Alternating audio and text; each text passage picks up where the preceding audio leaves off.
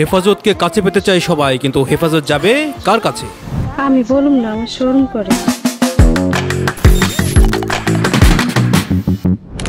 ভোটের মাঠকে সামনে রেখে হেফাজতে ইসলাম বাংলাদেশের সাথে নির্বাচনী প্রেমের চেষ্টা দেখা যাচ্ছে দেশের রাজনৈতিক দলগুলোর মধ্যে। বিএনপি থেকে এনসিপি নানান দল ইতিমধ্যে নির্বাচনী প্রেমের প্রস্তাব নিয়ে এসেছেন।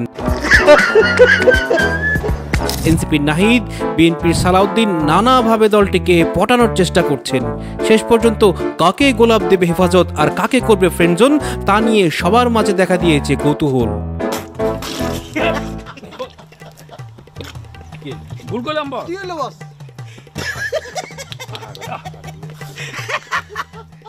কিন্তু এই প্রেমের বাজারে কিছুটা ব্যাক ফুটে আছে জামাতে ইসলামী বাংলাদেশ। হেফাজতে ইসলাম আগেই তাদের রেড ফ্ল্যাগ দিয়ে লিখেছে, ফলে ইচ্ছা থাকলেও বাজেভাবে ব্লক জোন হওয়ার ভয়ে দলটি হেফাজতের দিকে খুব একটা আগাচ্ছে না। এক গোপন সূত্রে জানা গেছে, হেফাজতে ইসলামকে পটানোর জন্য এনসিপির নাহিদ নানান প্রলোভন দেখিয়েছেন। নির্বাচনকে সামনে রেখে হেফাজতকে কাছে পাওয়ার জন্য প্রয়োজনে আকাশের চাঁদ এনে দেবেন বলেও জানান তিনি। আর না পেলে কি করবেন এমন প্রশ্নে অশ্রু সজল চোখে নাহিদ বলেন, তাকে না পেলে এই জীবন রেখে আর কি লাভ। অন্যদিকে লুঙ্গির কাঁচা বেঁধে হেফাজতকে পাওয়ার জন্য মাঠে নেমেছেন বিএনপি। মিটিং, সমাবেশে যাওয়া সহ নানাভাবে পটানোর চেষ্টা চলছে।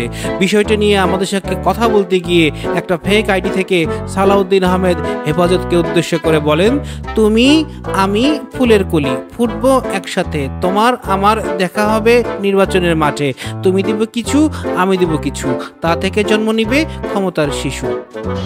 এদিকে জামাতে ইসলামী পাত্তা না পেলেও তারা কিন্তু একেবারেই বসে নেই। শিবিরকে দিয়ে সর্বশেষ একটা চেষ্টা চালাবেন বলেও দলটি। তারা বলেন, প্রেমের বাজারে গিভ আপ করতে নেই, পিছিয়ে লেগে থাকলে একদিন না একদিন প্রেম হবেই, হতাশ হলে চলবে না।